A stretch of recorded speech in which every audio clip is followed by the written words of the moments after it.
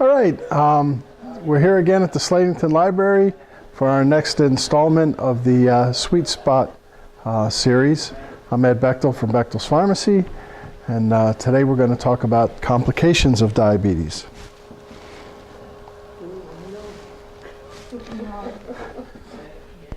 We've all heard our healthcare providers talk about complications.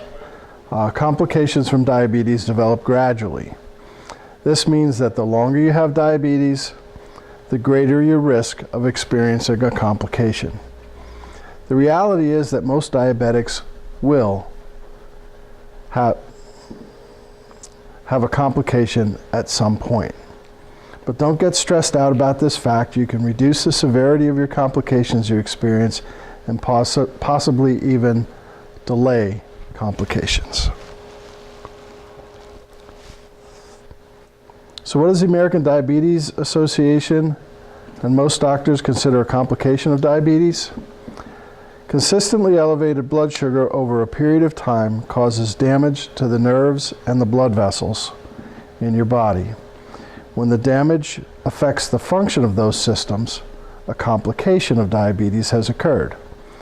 Any body system or organ can be affected at any time, and the severity can be from mild to life-threatening.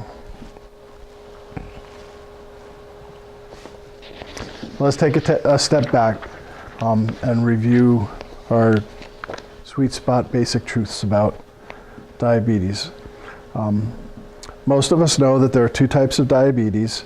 With some exceptions, most diabetics fall into the category of either type 1 or type 2. Type 1 diabetes, your body doesn't make insulin, and you have to take insulin from an outside source in order to live. In type 2, your body can make insulin, may not make enough insulin, but your body doesn't use the insulin properly. Remember, neither type of diabetes is worse than the other. The way you get diabetes can be different, but the way that diabetes affects your body essentially is the same. So what should your blood sugar be? A fasting blood sugar, which usually is taken in the morning before you eat breakfast, should be between 70 and 130. And your blood sugar an hour or two after you eat should be under 180. And we control our blood sugar by using a three-pronged approach. Some call it the three-legged stool. The three legs stand for healthy eating, exercise, and medications. You'll notice that two of those are entirely under your control, and even the third one is under your control. Your doctor can prescribe medications for them, but unless you take them the way they're prescribed, he or she can't control that. So it's up to you.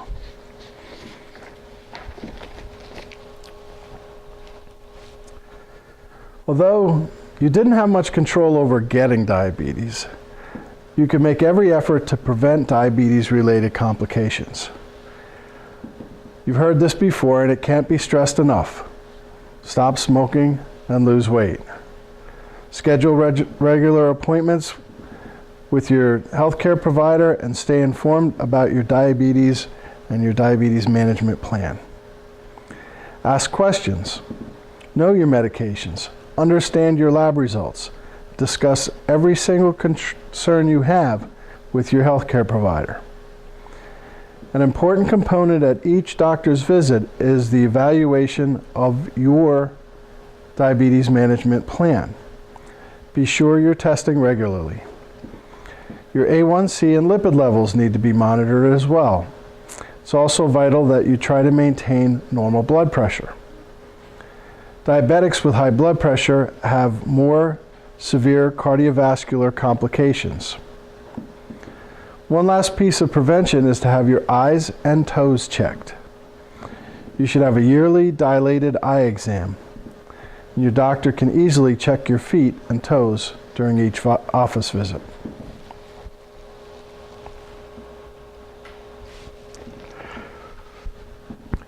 Diabetic neuropathy is often the first symptom of diabetes. I had one guy who has diabetes that came into the pharmacy. The first symptom that he had, the first indication that he had diabetes, was he started having numbness in his feet. He didn't have the classic, symptoms that you think of with diabetes and the excessive thirst and excessive urination and hunger. But he went hunting, and usually when he'd go hunting, his feet would get cold. And he noticed that his feet didn't feel cold. And he went home and he thought about it, and then he realized that he really didn't have feeling in his feet. So he went to his doctor to find out what was wrong. And that's when he was diagnosed with diabetes. So he was experiencing complications of diabetes before he even knew that he had diabetes. Several years ago, when Viagra first came out on the market, a lot of men started going to their doctor to get a prescription for Viagra and end up being diagnosed with diabetes. The complication of diabetes, that they were experiencing led them to go to the doctor, and that's when their diabetes was discovered.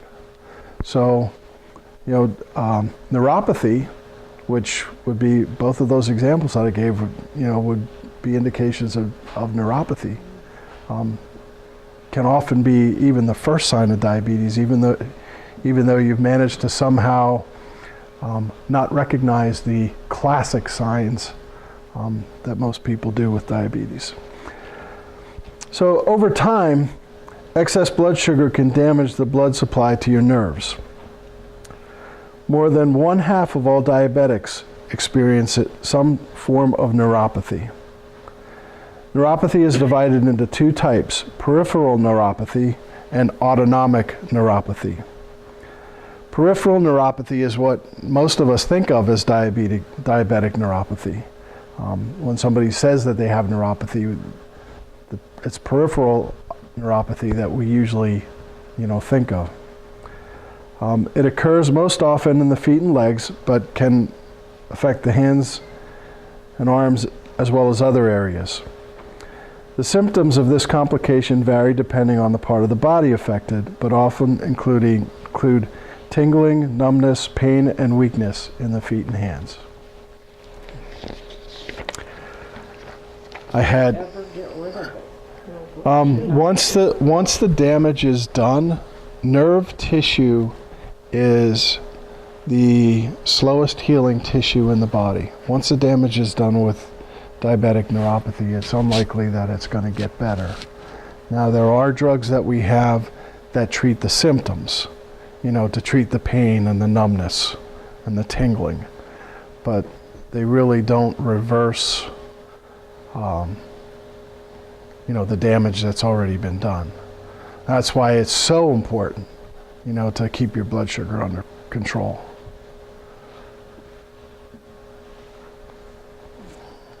So, yeah. I think they ought to teach some of this in school more than what they do, because if you never had it in your family and you aren't aware of the symptoms, sure, you see the commercials on TV, but sometimes they're not exactly the same as being diabetic. Yeah. You just let it go, and then all of a sudden, boom, like you said, you go to the doctor for this, and then find out you're diabetic. Right. And I think as a, as a healthcare system, I think that doctors, nurses, pharmacists, we're all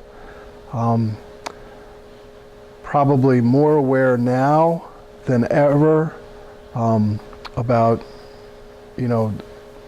diabetes and pre-diabetes, and there's so much more that we can do today than we could do 20, 30 years ago. When I was in school, we basically, the arsenal of things to treat diabetes was you had the sulfonylurea medications, which stimulated the pancreas to release more insulin, or you had insulin that you took by injection.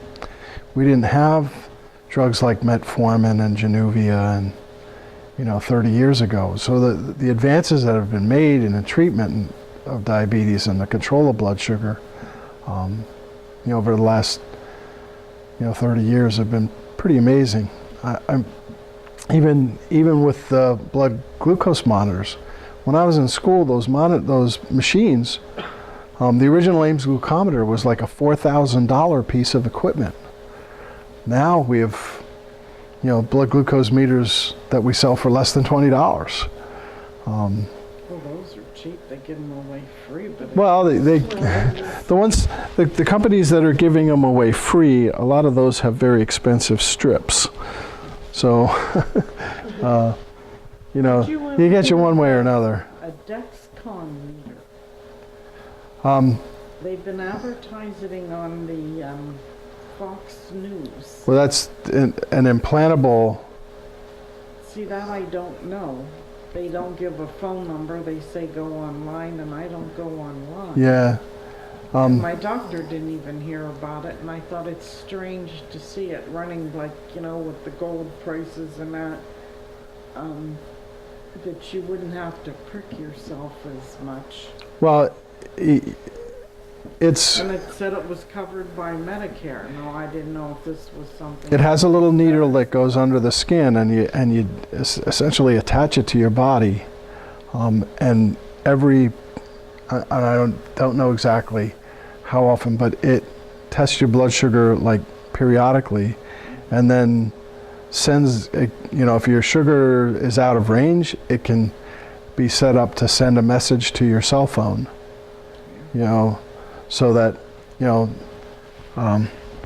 say your blood sugar goes down to 60, and you're hypoglycemic. It'll send a message to your cell phone to alert you that your sugar's too low and you need to eat something. What do you do when your sugar's high? Well, mine usually hangs around 130 to 40. The other day it was 200. But I have a sore shoulder and yeah. See all kinds of stuff going on. that's gonna depend. Now, if you're on insulin, you may have a schedule to correct. So if oftentimes they'll do this sliding scale where if it's between 200 and 250, you'll take 2 units of insulin. If it's between 250 and 300, you'll take 4, and then as you go up. If you're a type 2 diabetic and you're not on insulin and your doctor isn't going to put you on insulin, the only way really to bring it down without taking any kind of medication would be to exercise. Yeah, that's what she took. Go to Snap Fitness every day. Except Wednesday. Yeah, that's. Other than insulin, that's going to be the only. She told me exercise, and I thought, that makes sense. But Mm-hmm. when I'm at home, I do something to do some kind of exercise. Right, and that's. You burn off those calories, and exercise actually helps the blood sugar go from from your bloodstream into inside the muscle cells where it can be used for energy. Right now I got a hematoma the size of a baseball on my hip. Oh, did you have a fall? Fell, yeah. Oh. I was making it nice so the mailman wouldn't fall. So. You're not that old, but you probably might remember with your dad. Do you think back when the women canned and went to the market and bought food rather than the store-bought Mm-hmm. stuff that we have now, sort of helped us better than all the chemicals that's going in the food? Because you didn't hear about your grandparents being diabetic, and I had grandparents that lived to be very old. And I noticed I used to can, I'd say up until about 20 years ago. I never bought a thing from the grocery store. The thing I put in was salt, pepper, garlic, and if I picked and stuff, that. But you didn't have all this Couple whole months. list of stuff that you couldn't Yeah. even pronounce. Couple months ago, we did a talk here on the glycemic index, and the more processing that's involved, the higher, or the lower, the higher the glycemic index, Which is bad. which is bad. So when you know, when you're buying, you know, canned fruit at the store that's been processed and stored in high fructose corn syrup, I mean that's gonna cause your sugar to shoot up faster than if you ate that same peach Yeah. Off the tree. right off the tree. Yeah. So, yeah, I mean those type of things, you know, the processing of food, it does make it. I You know, that one the- person had had it when I was young, and they used to use that saccharin. Well, we had looked up at it in school, and you know, the side effects from that was terrible. And I thought, well, you know, maybe it made sense. Sure, you had ham and eggs when you got up for breakfast, or home fries and that, but then you went out in the field and you worked, or Right. the women made their bread and whatnot, and you didn't, or maybe we just didn't go to the doctor to see about being diabetic. Well, there was a. It was a type 1 diabetic, but I never heard of type 2 diabetic then.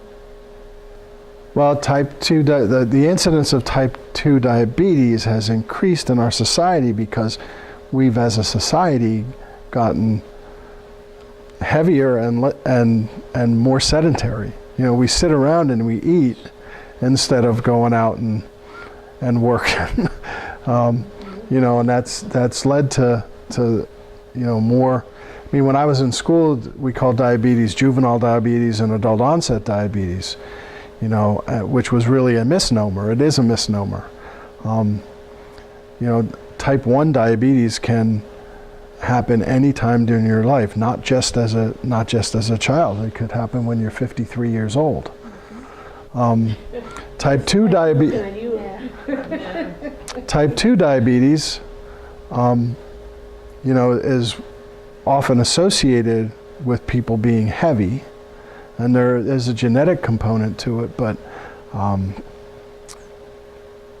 when I was in school, the typical person that was diagnosed with type 2 diabetes was in their 40s or 50s.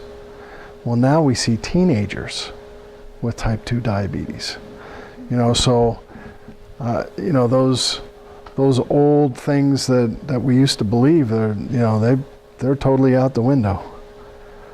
Yeah, but we didn't have Burger King and McDonald's and all those places. Right, yeah. You If you know, wanted- kids nowadays, it's If you wanted a like, Big Mac, you had to drive to Allentown. You got it for a quarter. What's I it? remember you got it for a Got it for a quarter. well, it's better to go to a restaurant and eat than it is to McDonald's. Oh, not that cheap. is terrible. Last week's issue of Time magazine, the whole issue was like dedicated to longevity, long lives, and there was one article in there about the Amish and how if you look at what the Amish eat, they shouldn't live to be 80, but they work hard. You know, so you know they eat Eating potatoes. meat. Yeah, Their children don't, because you go down there running around in their bare feet, even in the winter, well, which I used to until I got to be about 50. I could go out and shovel snow in my bare feet. Oh, Now I can't even, you know, if I put shoes on and I'm wondering, do I want boots or not? But the kids, they only go to school so long, but they don't have to work till they seem like they're almost teenagers. And here are, well, mine didn't do it because I made them go out. They went out in the garden with me, and they used to moan and regrets and, oh, I don't like beans, so why do I have to pick them and whatnot. But when you just look around and you see the kids in school. And I really never noticed because, you know, mine are out of school Mhm. with all this stuff happening in the news. There's so many people that are obese. Mm-hmm. Yep. And I know I didn't get heavy until I had cancer and went through the different drugs and whatnot. Now it just doesn't come off. And I Yeah. used to worry about it, and the doctor said it's better to be one weight than yo-yo up and down. That's right. Yep. You know, when you were thin all your life, you just, Yeah, it they does change. in that same issue of Time Magazine, they talked about, you know, the effect of yo-yo dieting. You know, it'll shorten your life. It will shorten your life. That's what she told me. In fact, I just came from her. I was pretty sick. I hadn't had a cold or and flu, I'd say, since my 20s.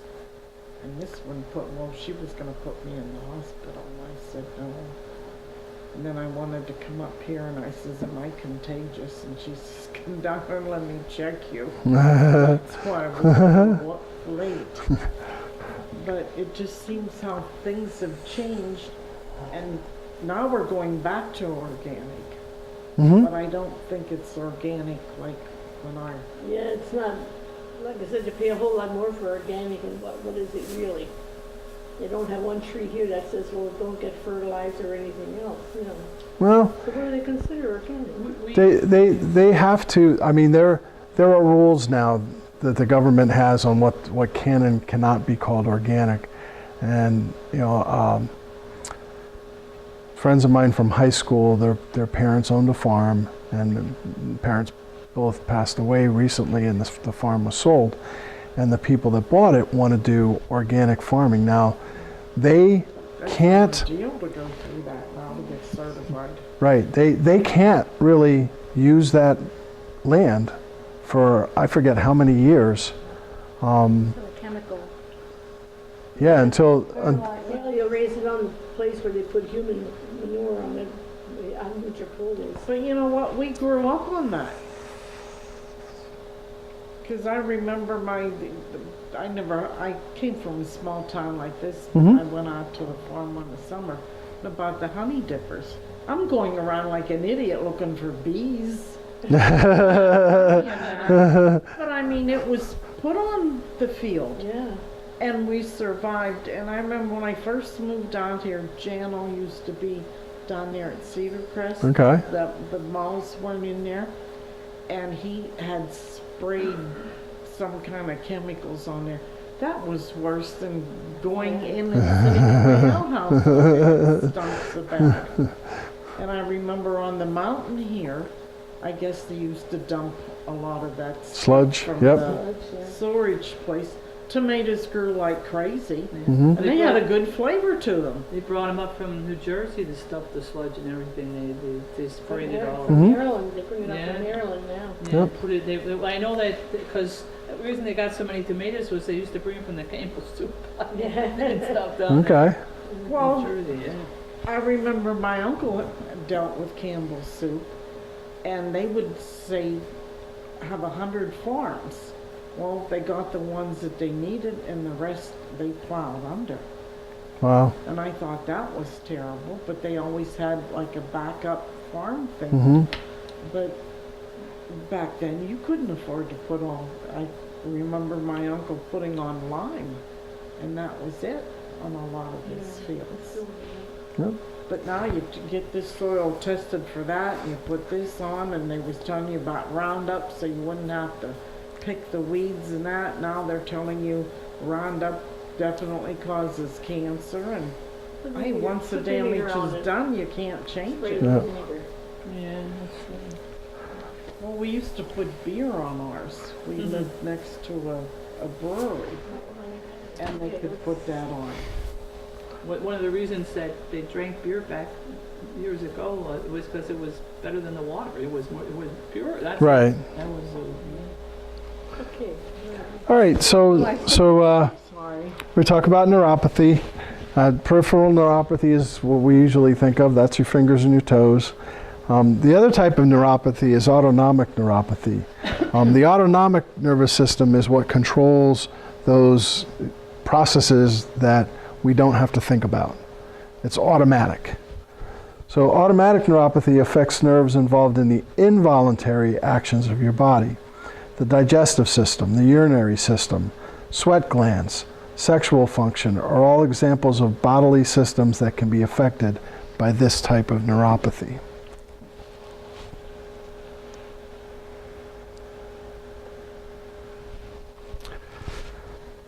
Vascular complications can occur when the veins and the arteries in your body are damaged by elevated blood sugar. These complications may be diagnosed as angina, chest pain, heart attack, stroke, and atherosclerosis, hardening of the arteries. An additional vascular complication is peripheral artery disease.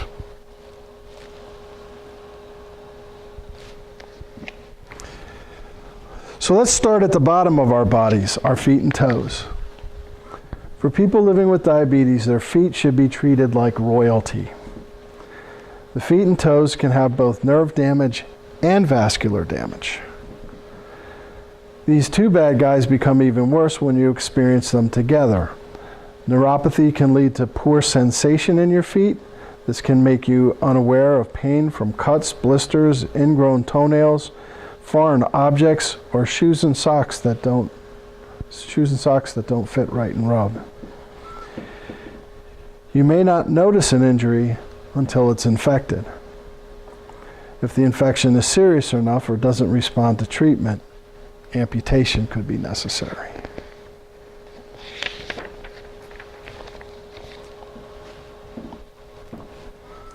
Vascular damage to your feet and toes can cause reduced blood flow, blood clots, or blockages. When an insufficient amount of oxygen and nutrients gets to your feet, the tissue begins to slowly die. You may notice that your feet feel cold, have a bluish color, or experience slow healing wounds. People living with diabetes can have very dry skin on their feet that may peel and crack.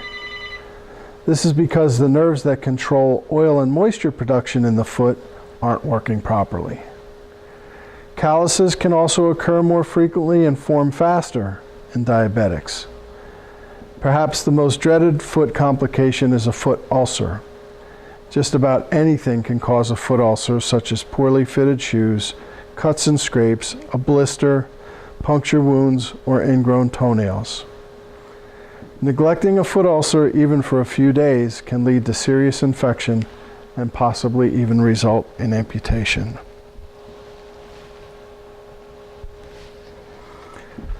Complications involving your feet need to be treated by your healthcare provider immediately.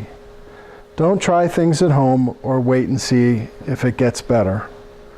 Your treatment may be as simple as daily cleaning and an antibiotic cream or ointment, or taking antibiotics by mouth. Delaying treatment can mean wound therapy at a hospital, surgery, hospitalization, or even amputation. If you have problems with your feet, you may need to wear a brace or specially fitted shoes to prevent any further damage. You know, if you have foot problems related to diabetes, Medicare does pay for special diabetic shoes. Talk to your doctor about getting a prescription. So we started at the bottom, now we're going to go to the top. Your brain. Vascular damage to the brain can cause strokes and TIAs, or mini strokes. A person living with diabetes is 2 to 4 times more likely to experience a stroke than a person without diabetes. Alzheimer's disease and dementia can also be a complication of diabetes. Brain damage may be caused by decreased blood flow to the brain, too much insulin in the blood that causes inflammation of the brain cells, or a lack of insulin that deprives the brain cells of glucose. Researchers continue to study these possibilities in hopes of finding better treatment. Regardless, one thing remains constant. The better your blood sugar control, the less risk you have.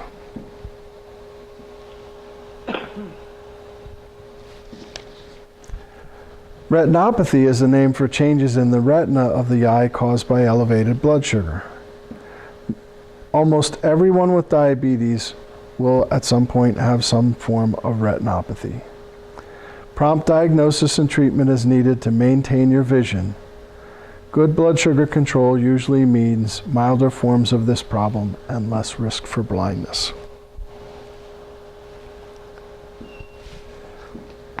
Diabetics are also at a greater risk for both cataracts and glaucoma. Cataracts occur when the lens of the eye becomes cloudy.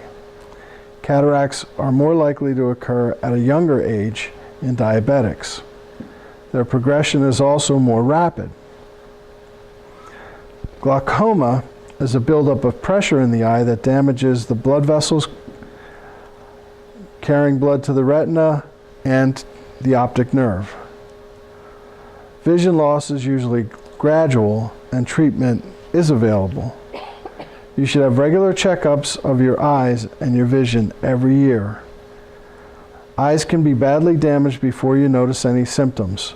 By the time you have symptoms, it may be too late for treatment.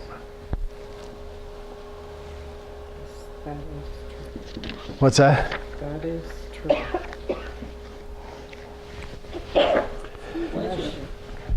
Did you know that diabetes can be associated with dental or oral problems? Gum disease such as gingivitis and periodontitis are more prevalent in diabetics and can affect your blood sugar control. Other problems include dry mouth, mouth sores and ulcers, tooth infections and cavities. Tooth loss is common in diabetics as well as poor healing after procedures. The best way to prevent dental complications is to brush twice a day and floss once every day. Use a toothbrush with soft bristles and remember to brush your tongue and your gums.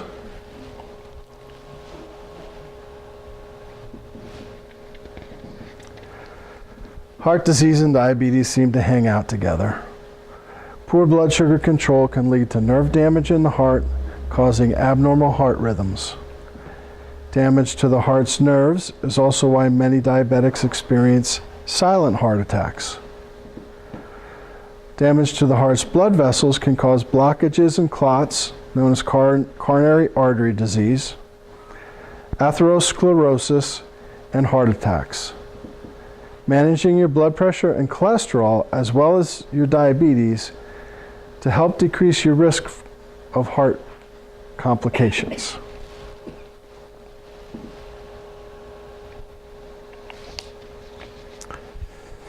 The nerves of the digestive or gastrointestinal system can be damaged by diabetes. When this happens, the stomach doesn't work right.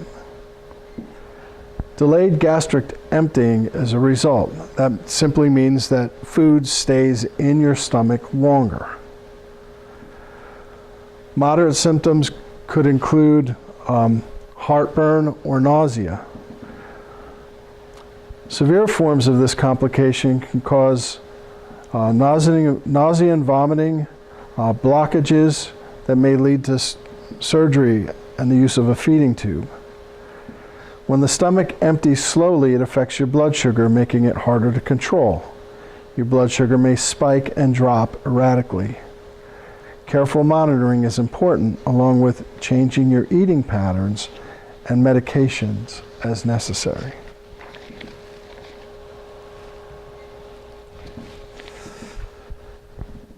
Nephropathy occurs when the filtering ability of the kidneys is damaged. In the past, this led to irreversible kidney failure or end-stage renal disease. Many diabetics require dialysis several days a week. The good news is that this complication is now occurring less frequently, most likely due to better diabetes management. The bad news is that kidney damage produces very vague, mild symptoms until almost all kidney function is gone Regular checks of your urine for protein and renal function can help ensure early diagnosis when treatment is more effective. This goes back a while. The American Diabetes Association trying to get the government to get Medicare to pay for blood glucose testing strips. Went to the government and said, if you pay for the testing supplies for people with diabetes, it will in the long run save you money. People that test their blood sugar routinely have better control of their blood sugar. Now we're 20, 25 years into Medicare paying for those, and the results are being seen at the dialysis centers. There are less people that are forced to go on dialysis because more people are controlling their blood sugar and avoiding the end-stage renal disease.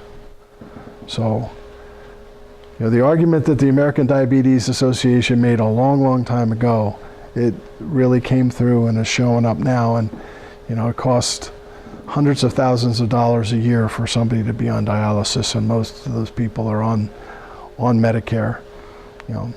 Strips for $20, $25 a month is nothing compared to the money they spend on dialysis. I had always gotten mine free when I found out I was diabetic. Okay.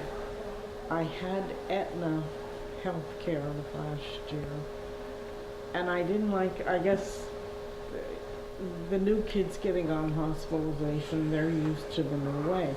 But it used to be if you went in and paid your copay, you had your blood test, that was covered. Well, last year I had my copay, you had your blood test. Well, the government only pays so much of it. Well, I had to pick up the difference, say it was $10. Mm-hmm. But for all your different tests that you had to have, that added up. So I thought, we had Blue Cross all the time before, because I was younger, Mm-hmm. and I got it. I told them I was diabetic, and they said, that's all right, they cover it. Well, then I find out this year, they don't cover your strips or your meter. Yet they tell you Medicare does pay for that. Well, now, if you enrolled in a Medicare Advantage plan through Blue Cross, is that what you have? So Medicare's paying part of the premium for that.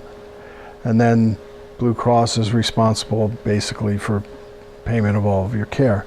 Now they have to cover everything that Medicare covers. So they should cover the testing supplies. However, they don't necessarily have to cover it at the same. 100%. Well, Medicare only covers those things at 80%. Like the strips and lancets, they cover at 80%. Most people then have a Medicare supplement that picks up the 20%. So it doesn't cost you anything out of pocket. But with the Medicare Advantage plans, you don't have any secondary coverage. That's the only coverage you have. To pay for them. What's that? I have to pay for them now. And it doesn't sound like a lot, but a lot of the strips Yeah. are at least $1 a strip or 75 Yeah, cents. there should be a way for you to get them. They may not be covered 100%. They may only be covered 80%. But what I was starting to say is they don't have to cover them at any, like you may have to go through a mail order place to get your strips and lancets through I've some of the been Blue trying Cross since plans. the beginning of the year to have some kind of. Call Blue Cross. They should be able to give you direction as Tell to. you, well, you go down, see your pharmacist, and your pharmacist say, well, that's your plan, or you have to see Medicare. It just seems like they push one onto the other. Because they told me this year I'll fall in the donut hole if I would take what I should in May or June. Well, 6 months of paying for your diabetic stuff, that can get to be very expensive Fortunately, right now, I can afford it. But I know there's a lot of people that don't work. I don't know how they're affording it. Yeah, that I even called down at the Hellwig. I said, do you sell the strips and that at a cheaper rate? Because now I think they have generic ones out. well, I have a brand that my wife uses. They're $14.99 for a box of 50. For a box of strips. And I Yeah, would which have is- to pay 20% of that or the No. whole amount? With the insurance that you have, with the Medicare Advantage plan that you have, I may not be able to bill them. That would be the full retail price is $14.99. Well, that's sure a lot better than 100 and some. Right. And then when I called, you know how I often thought that when you say your drug was $50, well, when they turn that in for your donut hole level, if it cost retail, say 200, that 200 gets charged against you. I don't think that they should be charging you such a higher rate. Well, now each Medicare Advantage, each Medicare plan, Medicare Part D plan, can be structured a little bit different, but they're all supposed to, in the end, when you add up the premiums, the deductibles, the co-payments, and all that stuff, it's supposed to all come out in a wash. When Congress created Medicare Part D, the prescription coverage under Medicare, they, in the law, wrote what they called a standard benefit. And then the plans can structure theirs. But in the standard benefit now, if I'm remembering correctly, the initial deductible, I think for 2018 is $400. And then you pay 25% through the initial coverage period. And then when Obamacare passed, they started to phase out the donut hole. When you hit the donut hole, the coverage doesn't disappear completely the way it did when Medicare Part D I started. think in a couple of years it's going totally at that. 'Cause I was at a It's being phased out. Yeah. And I think right In the now, meantime, well, look what insulin cost right. 4 years ago. Well, I What remember, it costs now. So even though they allow you more money for it, the stuff has went up. It's ridiculous. In other countries, they don't have it structured the way that we do. no, I ask you a question with that. Is it in the formulary, like, what tier would they consider those strips to be, you know? What's that? Back in business, back in the. The testing supplies are part of Medicare Part B. Drugs are Medicare Part D. Okay. So the testing supplies wouldn't be like a formulary item in the drug plan. Okay. So it would be separate. Now, if you have Medicare as your primary, and then you have some sort of Medicare supplement, Right. I mean, Medicare Part B pays for the blood glucose testing supplies, and they pay at 80%. And then most people have a Medicare supplement that picks up that other 20%. That's how you get them for free. You don't get anything for free. I mean, you're paying There's such thing as a free puppy. some Advantage plans, some Medicare Advantage plans will pay 100%. Some Medicare Advantage plans will pay at 80%. It depends. And those with better coverage are probably going to cost you more. The premium's going to be higher. They're going to get you one way or the other. I'm sorry, I didn't mean to interrupt. They have the zero plan for you. And then if you wanted to say the Blue Cross and paid $200-300 a month, I would still be paying the same amount for my drugs and my test strips as if I paid zero premium. You can't win. Yeah, and I mean, what you have through, Paperwork, you probably have to hire a person well, that you didn't have before. that's why the Department of, For that. the Department of Aging and AARP have, what's that program called? A prize. Surprise. They have counselors come in here to the library in the fall of the year to help people filter through all of this information. 'Cause when it's the ask a lot more questions when it's than the- I ever did. during the open enrollment period, you know, in the fall from October to December. Do you know what their Sometimes reasoning it is. was to lock us in for a year?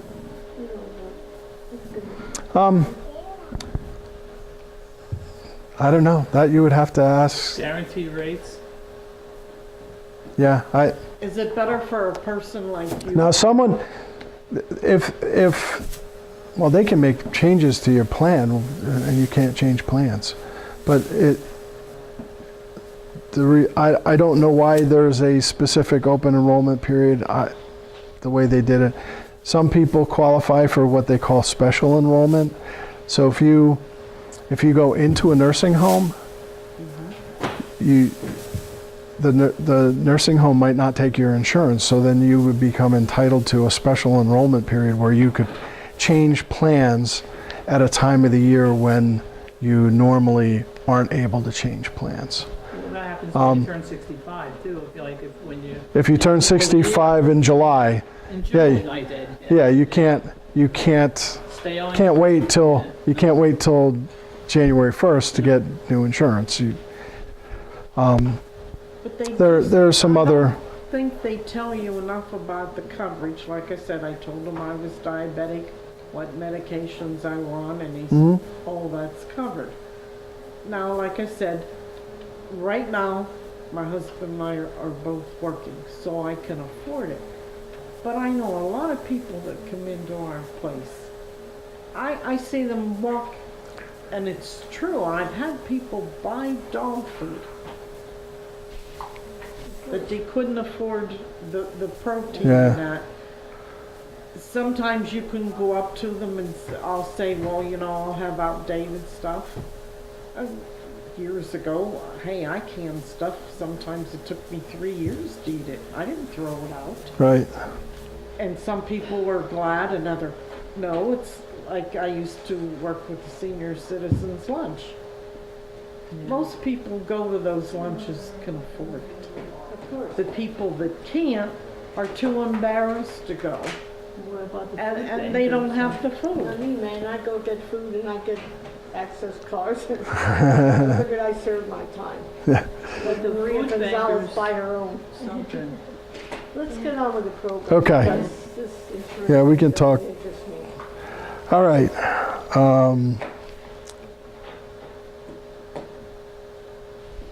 I think we finished this, right? Yeah.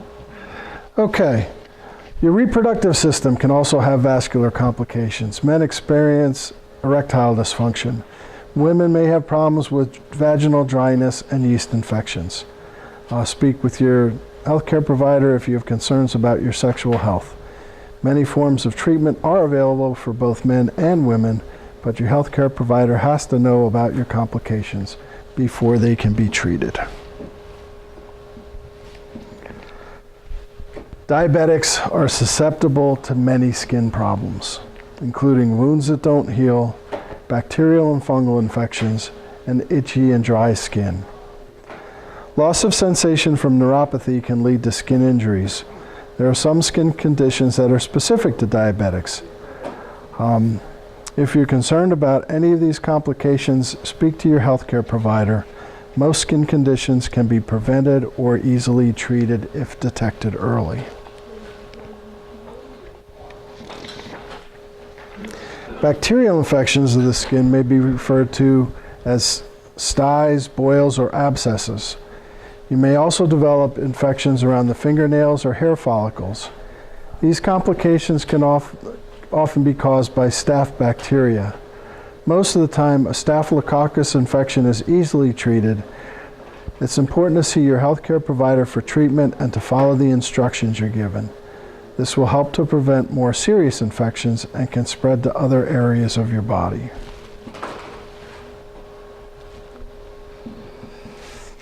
Fungal infections are very common complications for diabetics. These infections can be referred to as candida, thrush, yeast, jock itch, or athlete's foot. Fungal infections thrive in places that are warm, moist, and dark. You'll find them between your fingers and toes, under your breasts or scrotum, in the armpits, or in the groin. Typical treatment is to keep these areas dry and exposed to light and air. You may need antifungal creams or pills from your healthcare provider. To keep your skin healthy, use a mild soap with moisturizers. Apply lotion after you bathe. Limit the time you spend in the shower and avoid long soaks in the tub.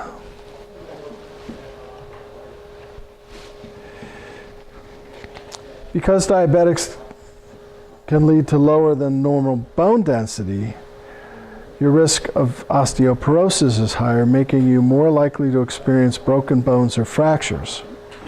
Scientists think that the shortage of insulin in type 1 diabetes affects bone growth. It's still not known why this complication occurs in type 2 diabetes. It's a possibility that high glucose levels may weaken the structure of bones. The presence of neuropathy and vascular disease can also result in an increased risk for fractures because you're more likely to fall. Even certain medications used to treat diabetes can affect the ability of your bones to heal. Be aware of the increased risks. Being careful and maintaining your blood sugar may be enough to decrease your risk.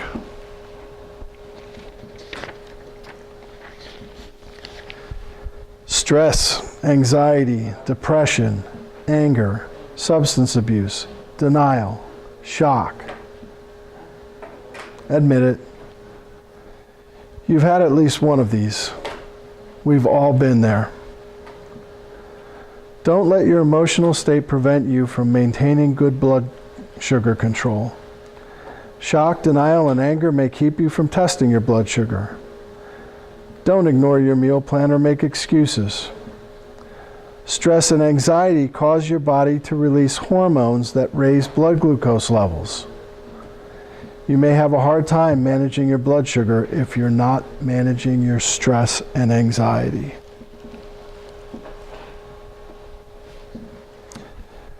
Depression can be a major concern when you're living with diabetes. You are at risk.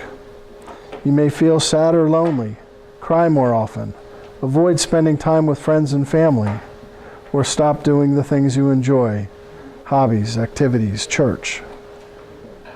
Poor control of your blood sugar can mimic the signs of depression.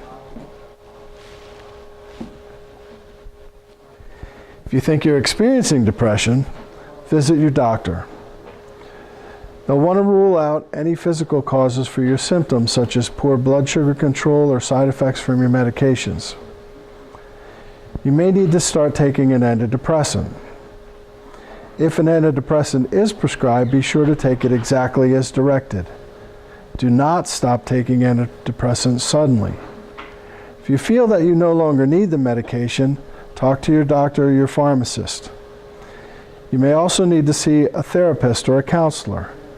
They can help you express your feelings and find ways to manage your stress and anxiety. Additional exercise, a hobby, plenty of rest, and a healthy lifestyle may help you decrease stress and manage depression.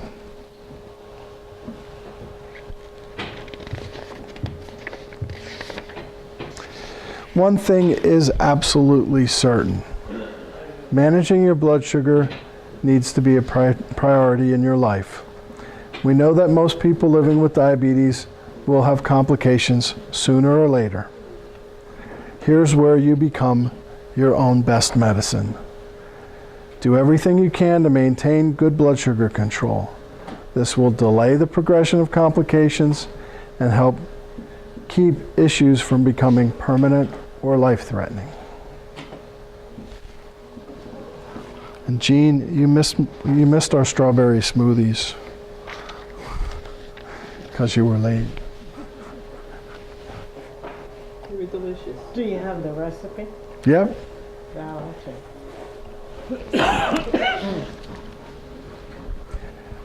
Yeah, I would call Blue Cross and find out how you're supposed to get your testing supplies. They may make you go mail order. I have some other people who have Do you live in town? Yeah. Blue Cross Like me, I live on Medicare South Street. Advantage plans that have to use mail order. I don't want to say me and my That husband I built the wouldn't house. mind. Right. But you have to know what, you can't just call any mail order place You'll and, call this one and you'll be on the phone for an hour. right. Sometimes You need, Medicare it takes you a couple days. I said I'd worn my body out when I was a kid. I don't have time to sit on the Yeah, phone. Right. And then my We had to- husband I live on says, South it's Street your health. and Sit there on was the no phone. bus service up to Well, the to more you high sit on the school, phone when and that was- transcribe this one, then you gotta do the same stuff all over again. Fall asleep. Yeah, I could have phone rage. yeah. Getting up. It's What happened? I ridiculous. You see your fell. bell, yeah. I fell and But I Yeah, and they don't tell you. They tell you, oh yeah, we cover everything that